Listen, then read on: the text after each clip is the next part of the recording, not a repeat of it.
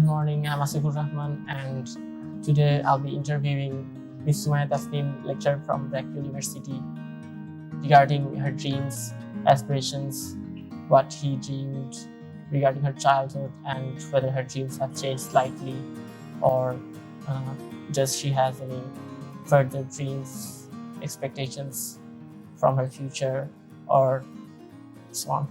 So, good morning, ma'am. Good morning, Asifur. How are you? I'm well. Okay. So, what's the best part about being here every morning, coming here, sitting at your desk? So, what's the part that you love the most about coming here every day in the morning? Every day in the morning? Yes, ma'am. Ooh. What I really enjoy coming here early in the morning is just making myself a cup of coffee. I usually come here very early. I'm here around 7 a.m., so it's very quiet, which is something that you wouldn't really experience if you're not here early in the morning. So that small routine that I've made for myself, where I make myself a cup of coffee and then prepare myself for the whole day, it's very zen-like for me. I think that's the greatest part of every morning when I come to work. Actually, I've heard that people who wake up early in the morning have a higher chance to survive really for a long Really? period. Yes. Oh no. And it's actually proven that people who wake up early in the morning, they actually survive for a really long period. Oh, well, then I have a lot of things to do for the rest of my life. Yeah. Okay. So initially, what did you actually thought of being when you were a child, or probably you were in a school or in college, and how did those dreams actually inspire you, or where did you get the inspirations, or have those dreams changed slightly upon when you grew up slightly, or are they the same? I mean, your dreams. You know, when I was young, I never really had the privilege of having a dream. I dreamt really small when I was young. I dreamt that I'd go to university. I dreamt that I'd have friends. I would dream that I'd once travel by myself. These might seem very small to many people, but this was like a huge privilege for me. But as I grew older, I think my dreams changed. For instance, I actually wanted to be a journalist in a fashion magazine, so I wanted to work in the fashion quite a lot. But that also changed with time. As you grow older, your aspirations really change. And I did want to be a teacher for the longest time because my mother is a teacher, my Kalamani is a teacher, my father isn't a teacher, but he gives a lot of opinions. So I think then I stuck to this one dream, and I did actually end up working for the Daily Star. I worked at Lifestyle for a year. So I think that small dream I had as a child to work for a magazine of some sort or get published really worked out for me for a little bit. So I would say I think I did aspire and experiment with all these small dreams I had with time. So currently, your dream is to get into Daily Star, and No, currently my dreams have changed. At this moment, my dream is to have a home of my own and invite all the people that I love and sit with them, listen to them. That would be a nice dream because I would want to create this space for people I love where they can share poetry, they can share and discuss about art, just talk to one another. I think that would be my dream, to create a home and space for my loved ones. that's interesting. That's interesting. Really? So, Nice. what inspired your current dream? What's so special about this dream that makes you pursue this at this moment? I think I've always often, time and again, felt a bit alienated. I think we all feel that way because we live in the city. And with time, as you grow older, you just get to realize that while money is very important, success is, I think, super important as well. But what really sustains is friendship and the love you have for people, and you love and the love that you have for art and literature. And when you combine all of it in a space where you feel safe and the people you love feel safe is such a wonderful experience. And to have a home, to have a space such as that is quite a dream. And I'll tell you why this is a dream, because having a home is expensive. So my dream would be that, to have that open space for Okay. sharing that experience. I'm sure you love traveling I do. even currently. Yeah. So what's your favorite go-to place in this country where you actually want to visit again and again? Again and again? If there's a place in this country that you would love to visit again and again, it doesn't get you bored and stays interesting consistently from your Ooh. perspective. From my perspective, the first would be my Dadubari. My Dadubari is in Noakhali, and it's in a very remote area. It's very separate from the city area as well, where you barely even get connection of any sort. And I can visit there, and I do visit there every year, and I can go there again and again, because that space has such a serene energy. And when I look back into the greatest moment I had, good perspectives I had about my life, I think about my Dadubari and all these incredible memories I had. The second place would be Cox's Bazar. I've had recently visited there again with my friends, and that was a good experience because the beach is so sublime, the sea is so sublime, it makes you feel so small, and the grander world out there carries something more mysterious, and that's a good feeling because we're always so cooped up inside these walls. Yeah, Cox's Bazar is the main attraction that attracts a lot of foreigners to visit this country, It does. as it's the longest sea beach in the In entire the world, Yeah. more than 100 kilometers Yeah. in length. What So, would you like to visit?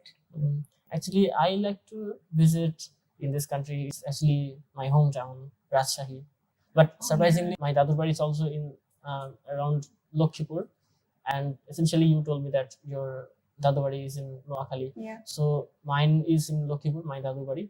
And probably 30 to 40 years ago, Feni, Lokhipur, and Noakhali, they were all one district, which was Noakhali. Then Noakhali split into 3 districts, and Yeah. Feni, Lokhipur, and Noakhali, these are separate Yeah. right now.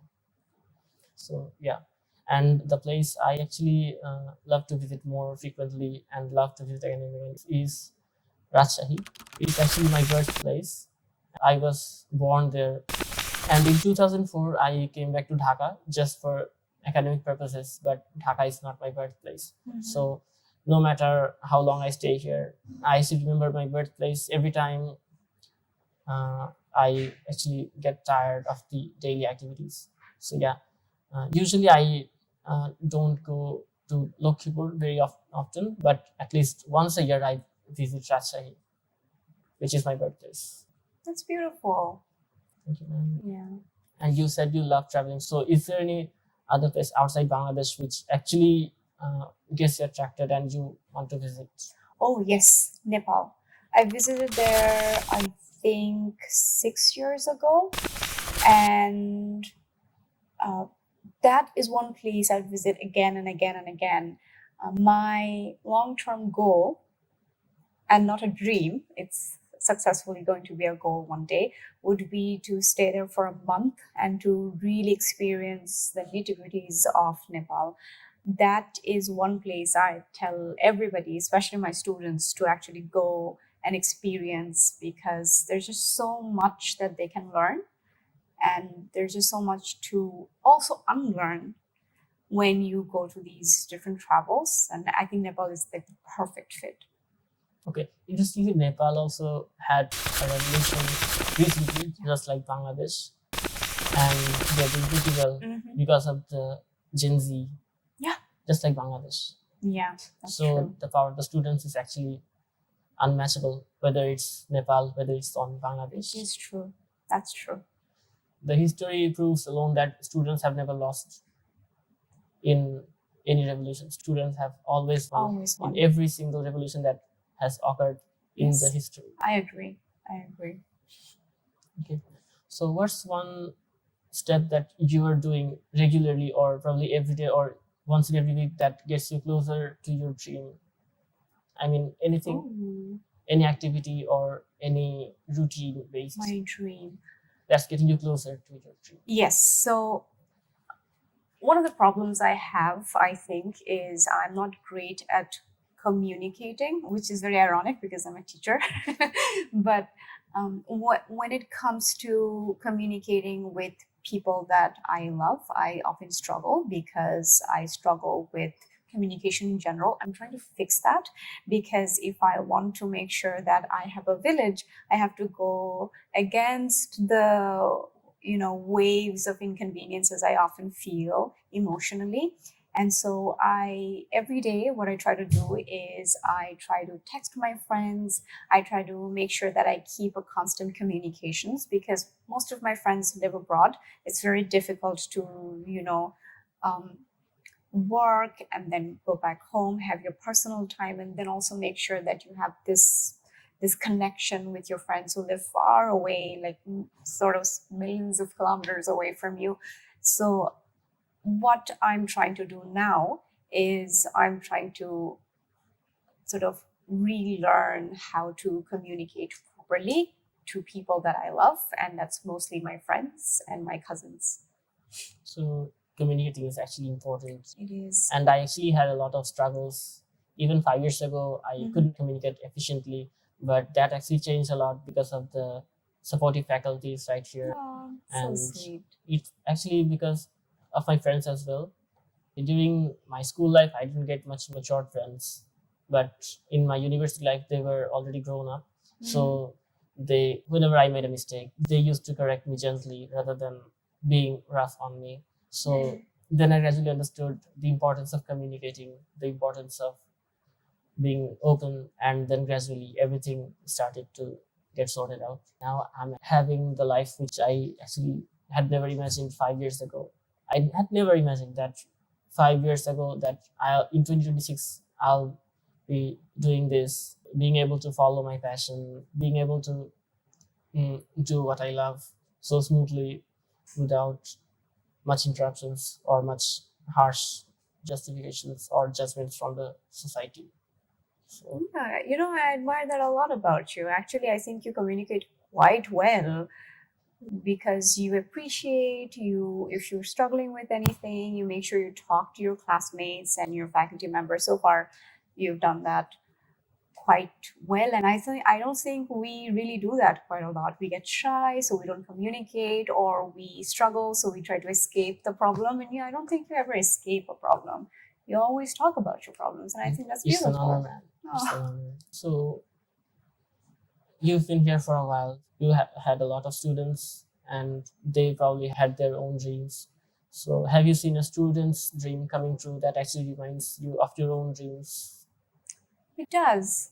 It does. I've seen a couple of success stories of my students, and they differ. Like they from time to time, it's not the same, and it's not always academic oriented. Just so you know, it's quite different. Some aspire to find the love of their lives or marry the love of their life. That's their dream. That comes true. Or other times it would be they aspire to make a film and they successfully make a film. For example, I had a student, Iftekhar. He is now a graduate, but he had made a film for his film dissertation. That's something that he really, really wanted to do for the longest time, and he had done that. So that was one of the, I think, success stories. Other success stories would be about how a lot of my students often attempt to go to different conferences, and they do it very successfully. They get certificates and they let me know that they've done that. Academically, that's one of the experiences they think is a success. But then successes really differ. It's never academic oriented. It can be about your relationship, it can be about your personal life, and then at times it can be success stories of academia. So from your perspective, do you believe that it's necessary to be the topper in the class? No, it's not necessary to be a topper. Which in the actually class. our parents always pressurize us very often. It's actually quite visible in middle class Asian society that That's parents true. often impose a pressure on the students to be performative, to be the topper, regardless of the situations, regardless of the challenges they are facing, because not every student's situation is the same. They can vary from people to people. So essentially, Jack Ma, the founder of AliExpress, so he actually taught his son to not be the topper, surprisingly, because if his son actually was the topper, then all his time would be consumed by his academics and he would not have any other time to develop his personal skills. So it's actually necessary to have some time, and you can utilize that time to develop your personal skills, which can favor a person in their long time career. So yeah, as Jack Ma said, that I totally agree to that, that it's actually not necessary and sometimes not often quite healthy to become That's the true. topper. That's true. And he's a billionaire, so obviously he understands life far better than most people, I believe. So how do you help your students follow their dreams in their classes? I mean, through motivations or through appreciating them verbally, or any other methods that can help them follow your students' dreams?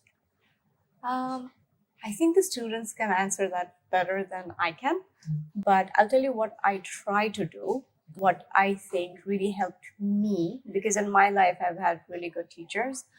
I think the best way to help someone, whether it's a student or anyone just in general, is reassurance. That's the only thing you need, reassurance. Even if you're failing or you're the greatest in the classroom, I think oftentimes what we need is reassurance that everything will be all right, things will go in its own way. You'll be happy one day and then sad, but then you'll be happy the other day. You'll succeed, you'll fail, maybe you'll fail some more, and then you'll succeed again. So, reassurance is very important. That's, I think, what I mindfully try to do. I don't know if I've done it all the time, but I try to do it now as much as I can. Okay, I get your point. So the main thing is consistency that helps us keep getting closer to our dreams. Many people often get 90% close to achieving their dreams and just give up when they've already achieved 90%, and often not realizing that only 10% is left to achieve their goals or That's dreams. true. So that's why we actually never got to hear a lot of success stories, because those 10% were actually not done, although 90% were done already. So I fail, I learn, and then Yeah. I apply that knowledge so that I don't repeat the mistake again. And that's True. essentially what gets me closer to my dreams. Yeah. So has working on BRAC University as a faculty helped you getting closer to your dreams in any way? I think so, because I met newer people. I met my students who are great poets, they're good artists, and just getting to know more people is always a great experience. So I think BRAC University did contribute a lot to this goal of mine, trying to communicate better, understand more people, meet newer people. So it did contribute at a certain point. What's one thing that you're very thankful for dreaming? I mean, how it actually helped you shape your life better? I think not having restrictions on my dreams. Oftentimes, people would tell you not to dream too big or not to dream unrealistic aspirations for yourself. But I personally believe that you can dream whatever you want, as long as what you're dreaming is not violent. Everything else, I think, will fall into place. So you can dream about whatever you want, however you want it, on any scale, as long as it's not harming anyone. But I don't think harming anyone is someone's dream. But yeah. Yeah, that's true. So, last question, and this is the concluding question. So, what would you suggest to every dreamer who hasn't achieved their goals, even the slightest, or they're still trying really, really hard to achieve their dreams, but they have a lot of challenges and they feel like giving up? So, what's your personal note for the dreamers? I mean, even if it's your students or any member from your family who's still trying really hard to succeed but haven't got closer to their dreams? I think I would tell them to be insanely obsessive towards their dream, to be consistent with what they're thinking about and thinking that this is one gift that you can give yourself. And if this is something that you truly, truly want, you sleep on it, you wake up and you think about it. Like being obsessively in love with what you want to do. I think that would be the greatest approach to never giving up on yourself, because giving up on your dream would mean giving up on a part of yourself. And whoever wants to do that, right? No one wants to do that. So be insane. That's always nice. Yes. You get only one life, and that is the only chance for you to Yeah, dream big. that's true. Like, what if there's Yeah, I another won't get to planet? live twice. I would That's only get to true. live once, so I have to dream. Yeah, even if you do get to live twice, what if you're born as a bird? Dreams change. Yeah. So that'd be so yeah. crazy. I never thought it from that way, but yeah, it's interesting. Yeah, Yeah. that's a really interesting perspective. So thank you very much, ma'am, for your time. It's an honor and privilege to get to interview you and know a lot of perspectives which I never knew earlier Really? unless I interviewed you. And definitely it will help me shape my dreams better. And also to the people who are actually watching, who will be watching this video. Thank you, Asifur. Thank you, ma'am, for your time. Thank you. I hope you really achieve your dreams even the next day. Because the more you ask for, the more you get. That's true. But thank you, ma'am. Thank So I'm you. concluding my interview here. Okay.